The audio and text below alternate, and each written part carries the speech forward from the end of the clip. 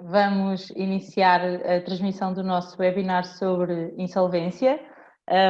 Convidei para este webinar a minha colega, a doutora Bruna, advogada da MRA no escritório do Porto. É uma advogada com bastante experiência nesta questão da insolvência, tanto da insolvência pessoal como ao nível da insolvência a nível empresarial. Achei que seria uma mais-valia ouvirmos o que ela tem para nos dizer sobre isto. Gostava também de vos dizer que podem sempre enviar-nos as vossas dúvidas para os nossos contactos, que estão todos sempre no nosso site www.lawrey.com, ou mesmo durante o webinar, se quiserem colocar alguma dúvida, tanto nos comentários ao evento no Facebook, como aqui os participantes do webinar, podem colocar, e se for oportuno ou se for uma coisa simples, podemos até conseguir responder durante o webinar. Se não, depois deixem-nos o vosso e-mail e entraremos em contacto para vos poder esclarecer. Para aqueles que não me conhecem, eu sou a Cátia Vieira, estou na MRA no escritório de Lisboa e, portanto, daqui para o mundo para falarmos um bocadinho sobre estas questões jurídicas que tanto nos têm assolado neste período. Vou passar à Bruna, então, para ela se apresentar e para começarmos a falar aqui um bocadinho sobre a insolvência. Antes de mais, Cátia, agradeço as tuas lisonjeiras palavras. Quem ouvir até acredita que sou uma grande especialista no assunto. Já tenho trabalhado com este tema, portanto, posso dizer que me sinto confortável e também dedicamos atenção a todos os casos que nos chegam e, portanto, isso faz de nós profissionais com algum diferencial. Desejo boa tarde a todos, eu sou a Bruna Lopes da Silva, advogada aqui da MRA no escritório do Porto, nesta quinta-feira de muito calor, em que estamos a ser atolados com notícias do BES e do Ricardo Salgado, que aproveitamos também para dizer que o nosso mestre do Direito Bancário, o Dr. Miguel Reis, vai fazer algumas entrevistas com comunicação social que nós depois também teremos a oportunidade de partilhar para todos os interessados. E se calhar vamos começar, não sei se já temos muita gente a assistir, tanto aqui no Zoom como no Facebook, mas podem ir colocando as vossas questões à medida que nós vamos apresentando os temas e estejam à vontade para nos interromper. E se calhar vamos começando por falar um bocadinho sobre o que é a insolvência, para também não atrasar aqui o nosso webinar, nem as pessoas que estão a assistir e que querem esclarecer algumas dúvidas. Estás sem microfone, Cátia. Vai acontecer várias vezes. Nós fizemos aqui uma pequena divisão entre a insolvência pessoal e a insolvência das pessoas coletivas. Também escolhemos aqui falar em particular de uma questão muito importante, que é a exoneração do passivo restante,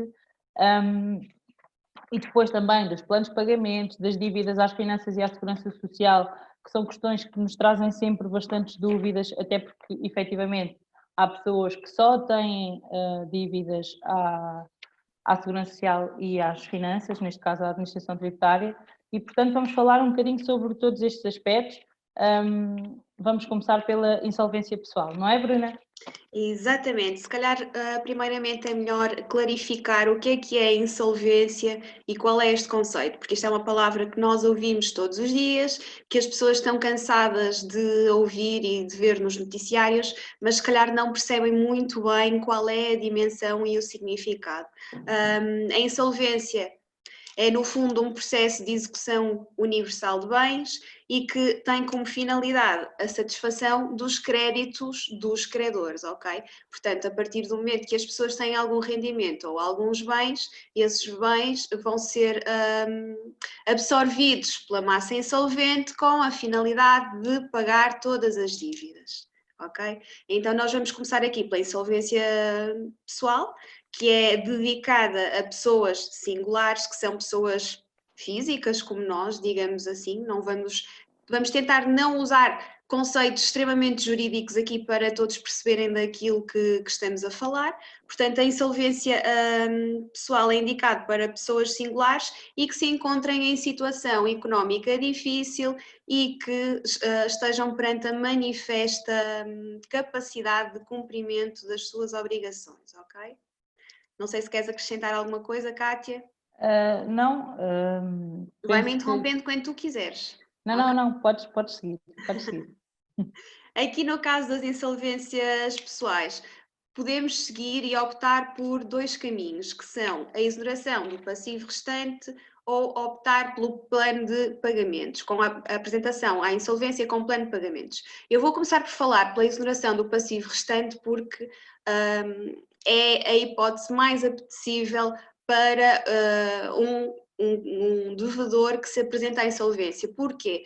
Porque a exoneração do passivo restante é quase aqui como uma segunda oportunidade de restabelecer a vida económica do próprio devedor. Antes de mais, temos que explicar o que é aqui a exoneração do passivo restante. Significa que o devedor pode vir a ter um perdão integral das suas dívidas após a declaração de insolvência e o encerramento do processo e os 5 anos subsequentes a este ato, ok? Então, o que é que significa isto? Que durante os 5 anos a seguir à declaração de insolvência, que o credor deve entregar o seu rendimento disponível à figura do administrador judicial e que passado estes 5 anos vai haver um despacho final de exoneração e que o devedor é perdoado de todas as suas dívidas, ainda que não as tenha pago na totalidade. Temos que fazer aqui uma ressalva, porque é como a minha colega a doutora Kátia disse, que muitas pessoas nos questionam sobre as dívidas à Fazenda Pública, que são aquele bolo das dívidas à Segurança Social e à Administração Tributária.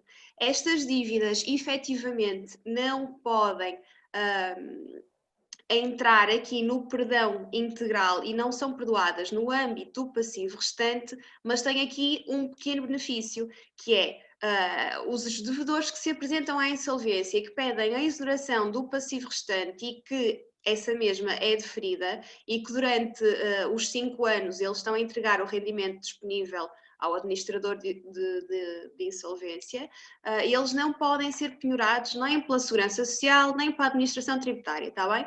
Por isso as dívidas continuam lá, um dia vão ter que ser pagas, mas durante estes 5 anos eles não podem ter penhoras de salários, ok? Portanto, há aqui... É importante ressalvar isso, porque muitas pessoas têm execuções fiscais às costas durante este período e, de facto, para aquilo que lhes interessa durante a exoneração este período de sessão, não é? Até a exoneração do passivo restante, não há diligências de penhora por parte da autoridade tributária. Isso é muito, muito, muito importante para quem tem... É importante porque, no fundo, é um período de carência em que as pessoas podem aproveitar para conseguir reestruturar a sua vida, não é? Porque nós temos aqui um conceito que será de entrega do rendimento disponível que nunca poderá ferir aquilo que os tribunais consideram que será o suficiente para viver uma vida condigna, não é? Portanto, sim, acho que também era importante nós podermos explicar o que é o rendimento disponível e quais são os valores que são fixados para o mínimo de subsistência durante este período dos 5 anos. Até porque há pessoas que têm a sua vida, felizmente ou infelizmente, balizada com encargos para um certo valor e depois no âmbito do processo de insolvência, a forma como esses encargos vão ser suportados vai ser alterada, não é? E passa a ser gerida pelo administrador e os valores que elas necessitavam também se alteram, sendo que muitas vezes temos beneficiários deste regime que chegam a ficar apenas com o ordenado mínimo para viver durante estes 5 anos, certo, Bruna? Corretamente. Em princípio, o ordenado mínimo é sempre o salário mínimo nacional, não é? É sempre a remuneração mínima garantida com que um devedor pode ficar, neste caso um insolvente, pode ficar durante o período destes 5 anos. Obviamente que esta questão do mínimo suficiente para uma vida condigna depende um bocadinho das despesas e também, por exemplo, em questões de pagamento de renda da localização do imóvel, porque nós sabemos que há zonas que são mais caras e o Tribunal também tem alguma sensibilidade a isto, como por exemplo, pensões de alimentos, também não, o Tribunal não é alheio às despesas obrigatórias da vida do devedor. Não é porque o devedor tem de se apresentar à insolvência e foi declarado insolvente que esquecemos, por exemplo, que ele tem 2 ou 3 filhos menores e que tem de lhes pagar a pensão de alimentos, ou mesmo que não esteja divorciado, que tem de os manter, ok? Portanto, não é uma fórmula matemática e os tribunais têm sido cada vez mais sensíveis a esta questão ao nível de individualizar e de quantificar casuisticamente aquilo que é necessário para cada insolvente. Exatamente, não é uma situação que seja aplicável taxativamente a qualquer pessoa que esteja insolvente, ou seja, um insolvente pode ficar com o mínimo de subsistência fixado no ordenado mínimo e outros terem, por exemplo, 700, 800, eu já inclusivamente vi pessoas que tinham 2 filhos a estudar, por exemplo, e a quem foi fixado um valor mais elevado, ou por exemplo, pessoas que têm um filho recém-nascido e cujas despesas ao longo dos 5 anos não vão ser iguais, por exemplo, nos primeiros 3 anos de vida ou depois naquele período subsequente. Outra novidade que nós temos neste aspecto e que é a jurisprudência muito recente é que antigamente os tribunais consideravam que o montante estabelecido como um mínimo de vida condigna para o insolvente deveria apenas ser durante 12 meses do ano. Agora já há tribunais de instâncias superiores que consideram que este rendimento deve ser multiplicado por 14. Ok? Portanto, se antigamente era linear e quase certo que o insolvente deveria entregar os seus rendimentos de subsídios de férias e de Natal, hoje em dia já não é uma questão tão pacífica, porque já há jurisprudência no sentido contrário e os tribunais também começam a acolher mais esta teoria de que o insolvente não deve ser privado dos seus subsídios. Ok? Certo. Não sei se queres dizer mais alguma coisa em relação aqui ao plano à exoneração do passivo restante. Já explicamos às pessoas que aqui nesta questão, depois no final dos 5 anos, há um despacho do juiz e o juiz prefere então um despacho de exoneração final e depois o insolvente fica livre, leve e solto, passando a expressão para recomeçar a sua vida económica, à exceção das questões à segurança social e dívidas tributárias, que foi aquele alerta que nós já fizemos no início.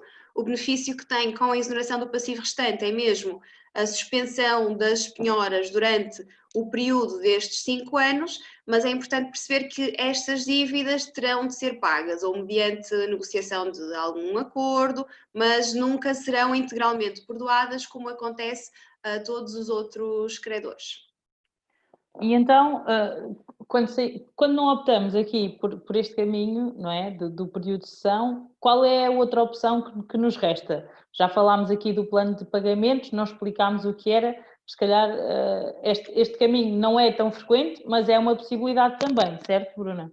Exatamente, é uma possibilidade, a lei também prevê isto, em que um devedor pode se apresentar à insolvência, já apresentando também um plano de pagamentos. E o que é um plano de pagamentos? É, no fundo, a reestruturação do passivo, não é? Porque o que se está a discutir aqui é o passivo, são as dívidas do devedor, e isto pode passar por várias hipóteses. Pode haver perdão de capital, pode haver aqui um período de carência que ele só começa a pagar daqui a 2 anos, por exemplo, pode haver um perdão de juros, há alargamento dos prazos de cumprimento, há aqui uma série de opções que depois depende um bocadinho da situação de cada um e tem que ser adaptado tecnicamente a cada devedor, porque as pessoas são indivíduos particulares e, portanto, não estão todos no mesmo barco. Depois este plano tem de ser aprovado pelos credores, naturalmente, e homologado pelo juiz. Não é? Mas aqui passa mesmo por isso, é uma reestruturação do passivo, porque há pessoas que não querem de todo ficar com a fama de que não pagaram, e então precisam de algum espaço e de algum tempo para se organizarem, até querem pagar a todas as entidades ou pessoas que devem, mas precisam de uma reestruturação. Então empurram um bocadinho mais para a frente, fazem um bolo, talvez possa haver aqui perdão de juros ou até de parte do capital, e as pessoas comprometem-se a pagar em prestações mensais ou o que ficar acordado, determinados montantes a esses credores, ok? Portanto, é diferente da exoneração. Às vezes basta só ter aquela sensação, que não é uma sensação, não é? Mas a pessoa tinha um encargo mensal de 4 ou 5 responsabilidades de crédito, por exemplo, e que não está a conseguir suportar, e a renegociação vai permitir que, em vez de ter um encargo talvez de 1000 euros por mês, passe a ter 600 ou 700, o que lhe possibilita não só pagar e cumprir os compromissos com todos os credores, como também, no final do processo, não ficar com nenhuma dívida, não precisar de ver o restante passivo ser objeto de exoneração, certo? Exatamente, e nós também, aqui o plano de pagamentos é importante na medida em que muitas vezes os credores não querem negociar nem querem flexibilizar, a não ser quando se encontram assustados pela possibilidade do devedor poder estar insolvente e estar insolvente, não é? Porque depois existe aquele rótulo de quando o devedor está insolvente que as pessoas tentam receber alguma parte da dívida, ainda que não seja a totalidade, já se consegue flexibilizar mais um bocadinho e negociar, ok? Porque os credores também estão conscientes que existe sempre esta possibilidade da exoneração do passivo restante e deles, ao fim de 5 anos, poderem vir a não conseguir reaver capital nenhum, nem a recuperar. Portanto, é mais por uma questão de flexibilização da parte dos credores que às vezes são um bocadinho insensíveis e alheios aos problemas económicos do devedor. Do devedor, não é? Então, já estamos aqui em pleno processo de insolvência, não é? Depois havemos de ir aqui um bocadinho atrás à parte de como é que se isto inicia e o que é que as pessoas devem fazer, mas agora estamos em pleno processo de insolvência, quais são as consequências deste processo ou os seus efeitos ao nível da insolvência pessoal, Bruna? Então, como nós começamos por explicar, aqui a insolvência é um processo de execução universal de bens, e o que é que isto faz? Que suspende todas as penhoras, porque todos os processos executivos e todas as penhoras são comunicadas no processo de insolvência e vão todas correr neste processo. Por outro modo, e de outro lado, também impede que os credores instaurem novos processos. Portanto, enquanto está a correr o processo de insolvência, os credores ficam limitados neste seu poder de ação judicial. Obviamente que temos também aqui efeitos negativos, porque, por exemplo, esta questão da exoneração do passivo restante é muito benéfica para o devedor, mas os devedores também têm de perceber que há aqui obrigações que eles têm de cumprir, como por exemplo, se um devedor tiver bens, carros, casas, tudo o que seja bens próprios, estes bens são apreendidos e compõem a massa insolvente, ok? Portanto, há aqui uma perda de património, dependendo do valor do passivo, mas que pode ser até na sua totalidade, com a declaração de insolvência. Os bens são apreendidos e posteriormente são liquidados, procede-se à venda dos bens, e com esse produto é feito o pagamento a cada um dos credores de acordo com a graduação de créditos, porque nós também sabemos que no processo de insolvência, apesar disto ser uma questão mais técnica e que se calhar não tenha tanto interesse para quem nos está a ouvir, há uma graduação de créditos e os credores não estão todos na mesma linha de pagamento. Portanto, é estipulado a forma como os créditos devem ser pagos e com o produto da venda dos bens da massa insolvente, se existirem, não é? Porque há sempre a possibilidade de não existir nada, essas dívidas vão começando a ser liquidadas, chamemos-lhe assim. É importante percebermos que, a partir deste momento, a alienação destes bens é totalmente da responsabilidade do administrador da insolvência, não é?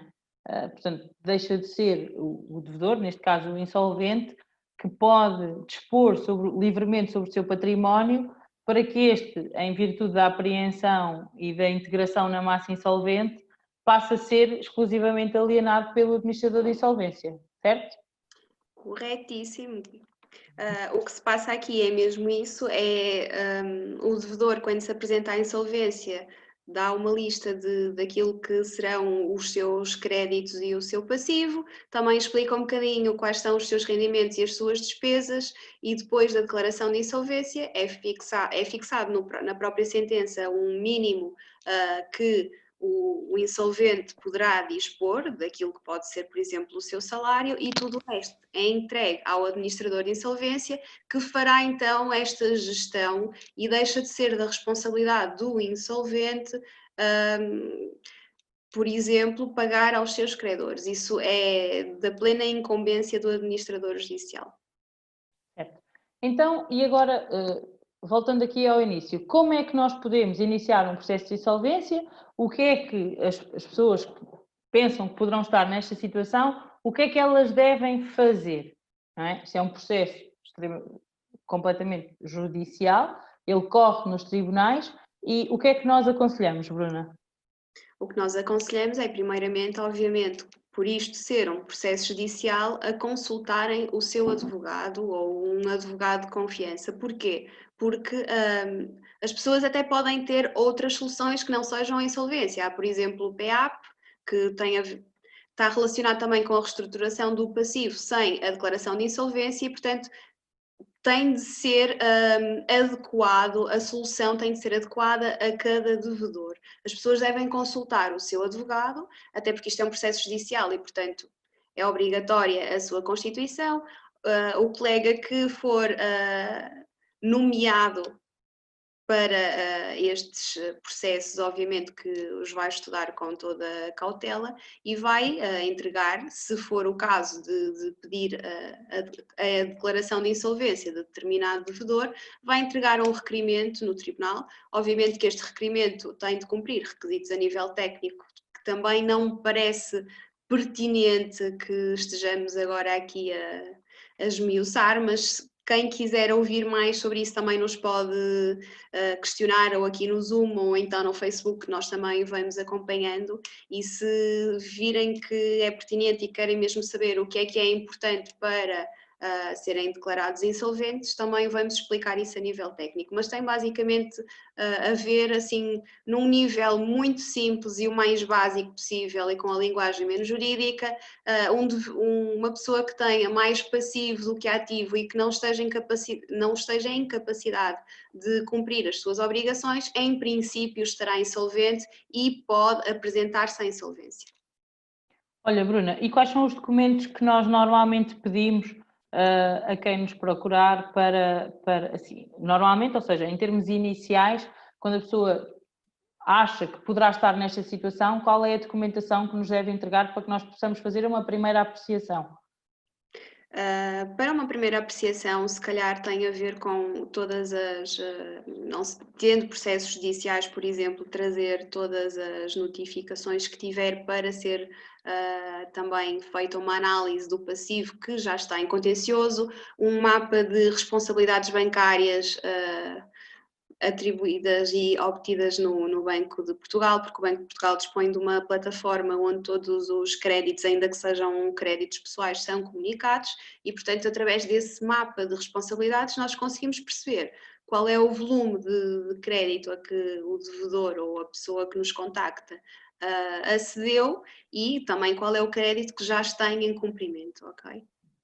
Sim, isso vulgarmente chamado CRC, não é? Central de Responsabilidades de Crédito, Exatamente. e que podemos aceder, que cada um de nós pode aceder e ver o seu através com os dados de autenticação do Portal das Finanças. Já é fácil conseguirem obter esse mapa no portal, no site do Banco de Portugal.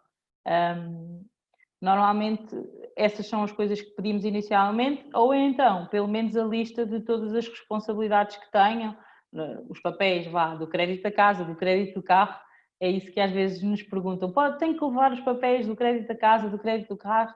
sim, convém, principalmente se estiverem em cumprimento, ou pelo menos um estando e o outro não estando, convém nós termos uma noção de todas as responsabilidades a que aquela pessoa está sujeita, certo? Sim, às vezes é mesmo mais fácil até de nós conseguirmos obter e, números concretos através do mapa de responsabilidades, porque muitas vezes as pessoas sabem que pediram, por exemplo, 100.000 euros para comprar uma casa, mas já nem sabem qual foi o capital ou o capital que ainda está em dívida, porque as pessoas vão pagando também as prestações com os juros e não têm muitas vezes qual é a consciência de o que é que está a abater a capital. Portanto, nós, através do mapa de responsabilidades, do CRC, como a minha colega Kátia disse muito bem, nós conseguimos perceber qual é a real situação económica do devedor, ok?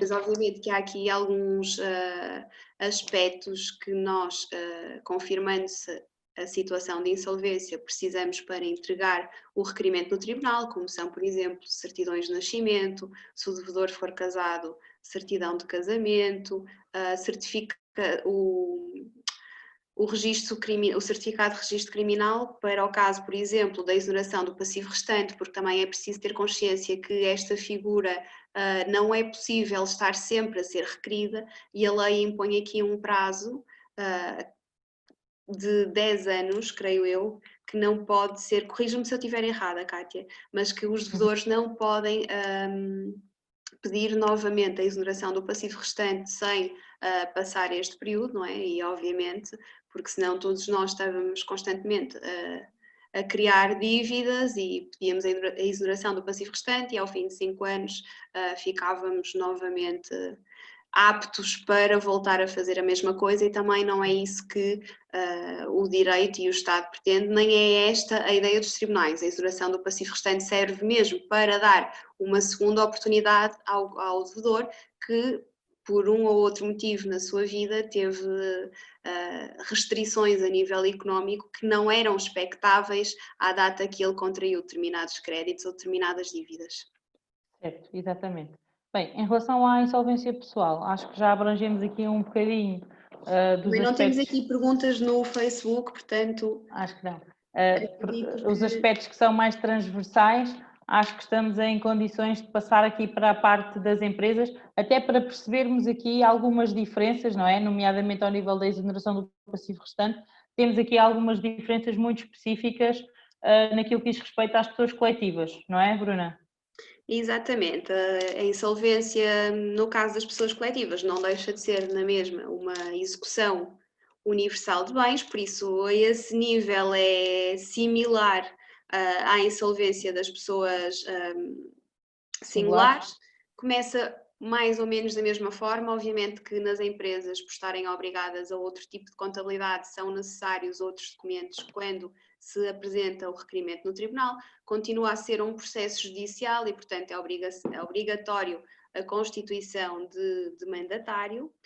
Também é importante dizer que as empresas não pagam taxa de justiça quando se apresentam à insolvência, porque às vezes há empresas que estão em situação económica tão difícil que só o facto de terem que pagar uma taxa de justiça, e nós sabemos como elas são altas, e se o passivo for muito elevado, ainda vai ser mais alto. E às vezes há aqui alguma reticência, porque não dispõem nem sequer de montantes para se apresentarem à insolvência e pagarem a taxa de justiça, mas o pagamento da taxa de justiça, no caso das empresas, não é preciso ser liquidado com a entrega do requerimento inicial.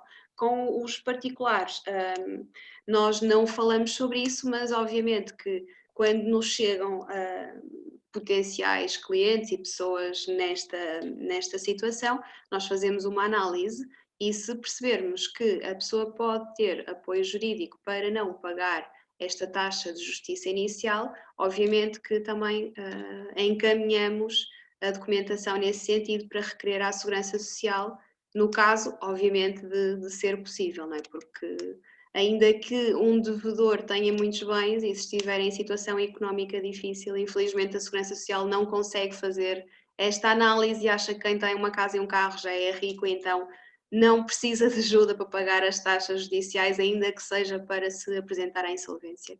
Mas depois, durante o decurso do processo, e se surgirem outros processos ao insolvente, quem for declarado insolvente também está automaticamente isento do pagamento de taxas, certo? Exatamente. Depois da declaração de insolvência, esta situação que eu expliquei agora é mesmo só para a taxa de justiça inicial, porque depois da declaração de insolvência todos os custos são devidos à massa. Portanto, a massa foi aquilo que nós explicamos, que todos os bens são apreendidos e esses bens compõem a massa. O produto da massa será também para pagar estes custos judiciais. Ok? Isto nunca é devido aos insolventes e isto tanto se aplica nas empresas como nos particulares. Nesta parte é igual. Então, aqui em relação às empresas, quem é que pode pedir a insolvência de uma empresa, Bruna? E aqui o universo é muito mais largo até do que no caso dos particulares, certo? Sim, é verdade. Nós aqui podemos ter duas opções, que é a apresentação à insolvência ou a requisição por parte de um credor. Obviamente que nós estamos aqui a explicar isto com linhas gerais e que isto tem de obedecer a critérios, não é? Os credores não podem andar a pedir a insolvência dos seus devedores assim, sem mais e sem justificação, mas quando se verifique que determinado devedor está em situação económica difícil e que já não paga, por exemplo, aos seus trabalhadores há alguns meses e que tem dívidas com outros credores, deve à Fazenda Pública, obviamente que o credor pode sempre requerer a insolvência do seu devedor. Qual é a vantagem que isto tem para o credor? É que isto traz um privilégio de pagamento, ok? A pessoa coletiva neste caso, ou até singular, que requeira a insolvência de determinada empresa, vindo-se a concretizar essa declaração de insolvência, será um credor privilegiado, ok? Portanto, como nós falámos há bocadinho, o administrador do judicial, depois da declaração de insolvência, irá proceder àquilo que nós chamamos a graduação de créditos, que significa que vai colocar os créditos por ordem de pagamento conforme as disposições legais, também não é à vontade dele, felizmente, e o credor que requeira a insolvência de determinada empresa vai ter privilégios no pagamento, ok? É também, desculpa interromper, é também nesta fase, após a lista de graduação de créditos, que surgem muitas vezes as famosas impugnações, não é? A impugnação tanto da qualificação dos créditos, não é? Como das listas de credores, justamente porque há credores que consideram que o seu crédito deveria ter uma qualificação diferente daquela que lhe foi atribuída pelo administrador e ficam, se calhar, perdem ali aqueles privilégios que queriam ter nesta atribuição e depois exatamente na distribuição daquilo que será o rendimento ainda disponível para satisfação dos créditos. Os credores privilegiados mais frequentes são os trabalhadores, não é? E o Estado. Eventualmente aparecem sempre, principalmente no caso das empresas, aparecem muito os bancos também, porque muitas vezes até são eles porque os bancos normalmente têm algum tipo de garantia real e obviamente que os bancos que tenham hipotecas voluntárias ou involuntárias sobre determinados bens têm preferência no seu pagamento, não é? Porque aquele bem foi dado em hipoteca para a satisfação prioritária do pagamento de determinado crédito e, portanto, nesse sentido, os bancos também poderão ser credores privilegiados. Se não existirem estas questões das hipotecas nem garantias reais, os bancos serão pagos como credores comuns e como todos os outros credores e entram na mesma lista, mas infelizmente os bancos acautelam-se sempre neste sentido e acabam sempre por pedir algum tipo de garantia extra e às vezes, por exemplo, no caso das empresas até podem não ter nenhuma garantia real, mas depois têm, por exemplo, o aval ou a fiança de algum dos administradores, gerentes ou sócios e que acaba também por Se eles não quiserem perder o seu património a nível pessoal, acaba por ter de ser um passivo que terá de ser pago ou pelo menos renegociado, ok? Se o gerente, sócio ou administrador de alguma sociedade também estiver insolvente a nível pessoal, obviamente que não tem de pagar, porque esta questão do aval deixa de fazer sentido. Certo. Então aqui, no caso das empresas, aparece-nos uma especificidade muito importante, que é o dever de apresentação à insolvência. Este dever recai sobre as pessoas coletivas, não é? Em especial as sociedades comerciais. E o que é isto, não é? Com efeitos, os principais características deste dever são que, a partir do momento em que estas pessoas coletivas, estas sociedades comerciais, demonstrem que não têm capacidade para cumprir com as obrigações vencidas, os seus gerentes ou administradores têm a obrigação legal de, em 30 dias, se apresentar ou apresentar as respectivas sociedades à insolvência. Só que isto não acontece em todas as situações, certo? Quando as empresas estão apenas numa situação económica difícil, por exemplo, aquela que estamos a viver agora em cenário de pandemia, a empresa pode recorrer aqui a outro mecanismo que não a insolvência, e que são os chamados processos especiais de revitalização. Eu não queria aprofundar aqui muito este aspecto do processo especial de revitalização, porque isto dá pano para mangas para outros webinars, se calhar de tardes inteiras, mas esta é também uma hipótese que está ao dispor das empresas, não é, Bruna?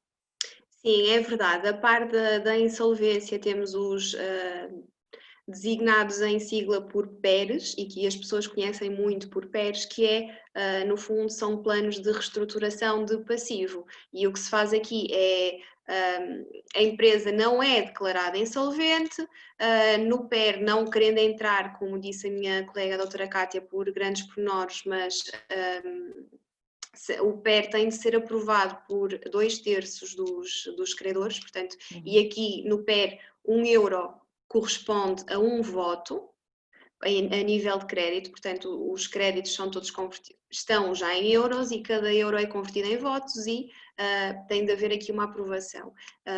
E passa muito por aquilo que também nós explicamos do plano de pagamentos da insolvência.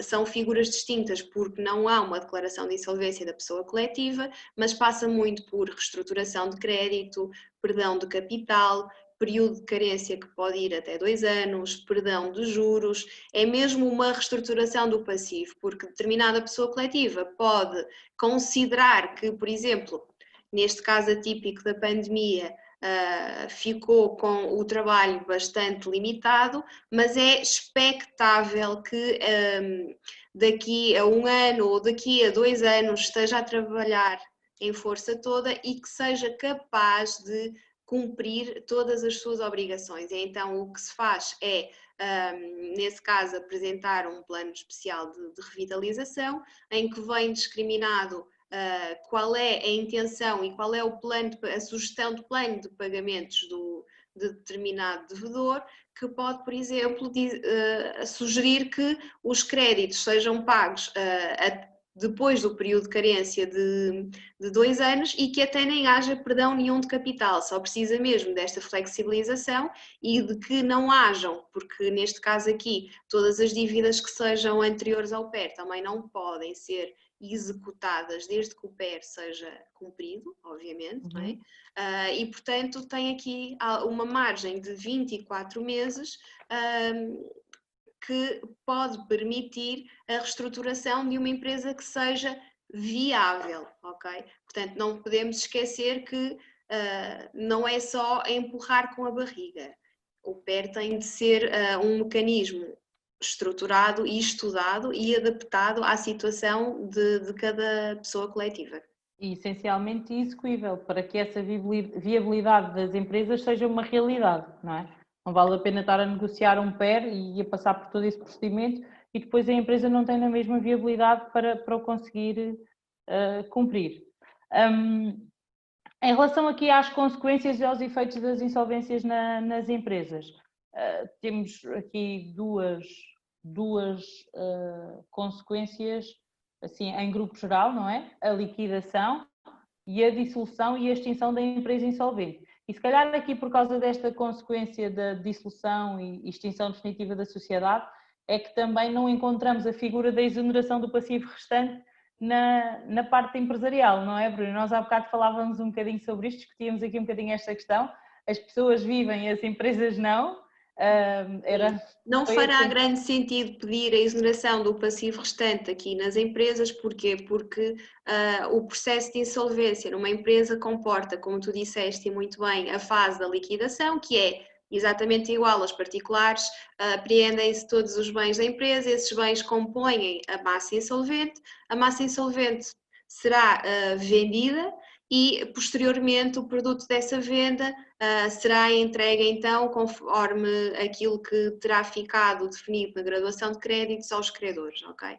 Depois disto há uma liquidação, há uma extinção e dissolução da sociedade que corresponde no fundo à morte da pessoa coletiva, portanto após o pagamento e dissolução da sociedade, não me parece fazer muito sentido aplicar aqui a figura da exoneração, porque, no fundo, a pessoa coletiva morre, ok? E não reinicia, nem tem uma segunda oportunidade para daqui a 5 anos. Certo.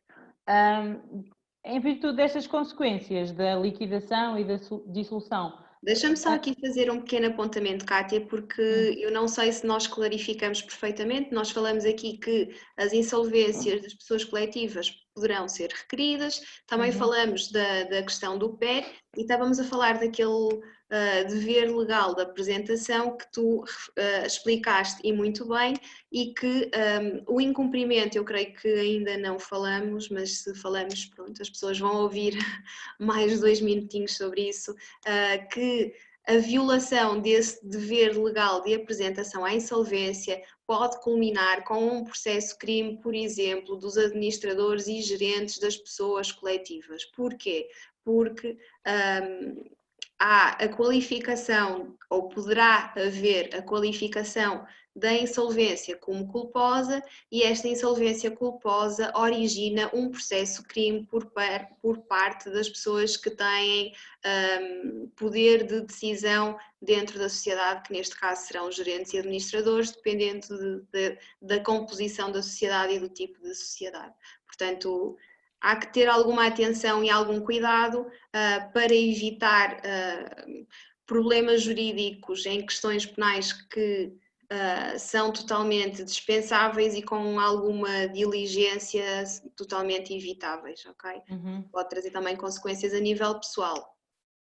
Certo, e principalmente quando a empresa, por virtude dessa frustração e dessa violação do dever de apresentação, deixar por satisfazer créditos de natureza laboral. Isto também reforça muito aqui a posição privilegiada que há nos créditos dos trabalhadores, e portanto o direito dos trabalhadores na insolvência das empresas é um direito bastante protegido por força de privilégios creditórios próprios que têm.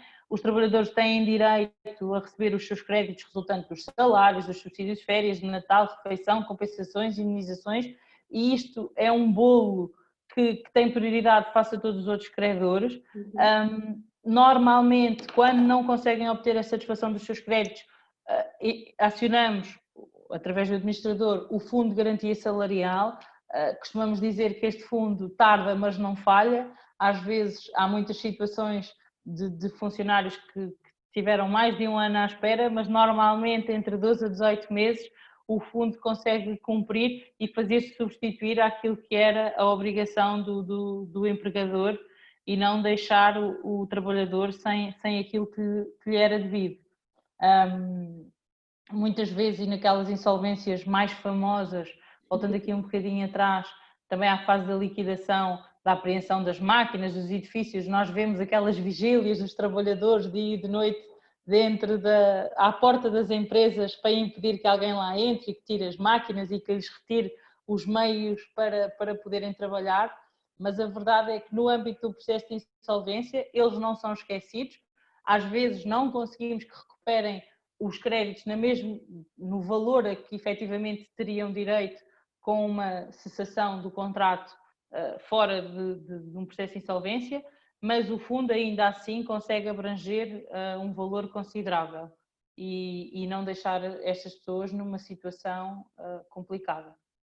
Não é, Bruna? Sim, nós naturalmente que compreendemos esta proteção especial ao trabalhador, porque obviamente que o direito básico e o mais elementar de alguém que presta determinado serviço e que trabalha é, no fundo, depois receber os seus créditos, não é? Portanto, isto não é nenhum favor que as empresas fazem ao trabalhador pagar o ordenado, porque às vezes eu acho, e até nesta altura de Covid, que é desculpa para tudo e para todo o tipo de abusos por parte das entidades patronais, também quero deixar aqui uma palavra aos trabalhadores, apesar de não ser bem dentro do tema, que as empresas não estão a fazer favor nenhum em pagar-vos o ordenado. Um trabalhador troca determinado montante pecuniário pelo seu esforço diário e pelas 8 horas diárias que está a laborar e a criar riqueza à empresa, ok? Porque nenhuma empresa paga a um funcionário que não lhe crie qualquer tipo de benefício, digamos assim. Mas sim, nesta questão da insolvência, ainda que muitas vezes não seja possível recuperar todos os créditos laborais, temos sempre esta figura do fundo de garantia salarial, que no fundo dá um conforto aos trabalhadores que muitas vezes trabalharam décadas em determinada empresa que depois foi declarada insolvente e que não pagou os créditos e até muitos já não recebiam há alguns meses, portanto compreendo perfeitamente que o legislador tenha indicado este caminho para os trabalhadores e que eles sejam protegidos em relação aos outros credores. Certo. Bem, em relação a estes temas, acho que hoje não vamos, até sob pena de nos alongarmos aqui demasiado. Cátia, deixa-me só fazer aqui uma interrupção, peço desculpa, que é só fazer um pequeno apontamento, que um credor, um devedor que se apresenta à insolvência e que não tenha... que o próprio devedor considere que não tem viabilidade económica, por exemplo, para um PER, durante o processo de insolvência, tanto os credores como o administrador judicial, se verificarem ou se considerarem que aquela empresa que se apresentou à insolvência é viável, podem apresentar um plano de recuperação, ok? Só deixar este apontamento.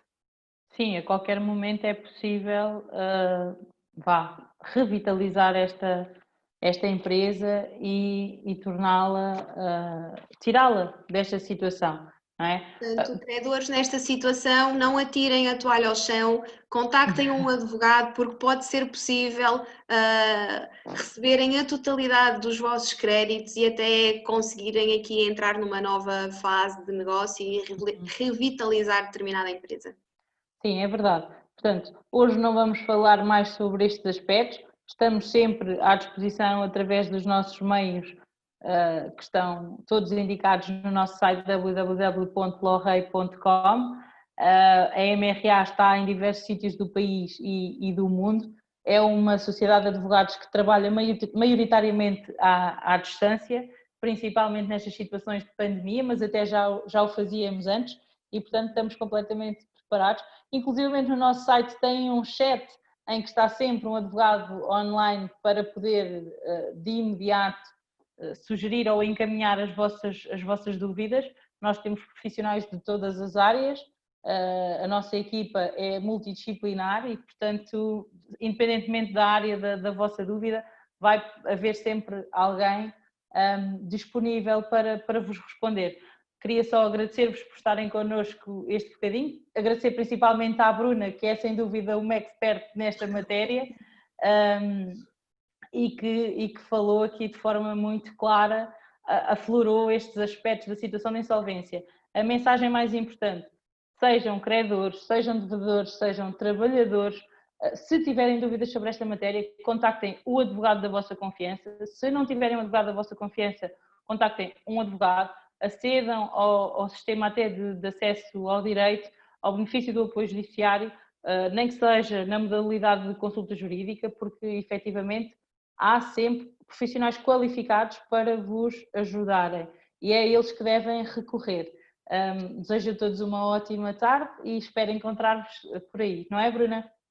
Sim, eu agradeço este bocadinho e poder falar de um tema que de facto me é familiar e que eu gosto de explorar. Também não quisemos entrar aqui por questões muito técnicas, porque o que nos interessa passar é mesmo uma linguagem simples e que as pessoas para quem nós estamos a falar e para quem nós estamos a fazer este pequeno webinar consigam ficar esclarecidas, às vezes em dúvidas que tenham, e como a doutora Cátia disse, nós temos todos os nossos contactos no site, temos sempre um chat ativo com um advogado disponível, portanto disponham de nós neste sentido. Quero deixar aqui o pequeno alerta que eu comecei por fazer no início deste webinar. Para os lesados do BES, nós vamos ter o nosso Dr. Miguel, que é um mestre do direito bancário, a fazer algumas entrevistas e algumas apreciações na comunicação social. Eu vou tentar partilhar também nas minhas redes sociais, quando estiver disponível, as entrevistas que ele vai fazer e qualquer coisa. Ele vai hoje ao Jornal da Noite, na SIC. Hoje, vai, pronto. Julho, Então deixamos aqui o alerta que ele vai ao Jornal da Noite na SIC, ele é a estrela do nosso escritório. Portanto, é verdade. okay. Um advogado muito experiente e com muito percurso também neste processo do BES, também em virtude do acervo de clientes que representamos em relação a estas questões. Bem, assim me despeço de todos, obrigada pela vossa participação e até uma próxima. Obrigada a todos.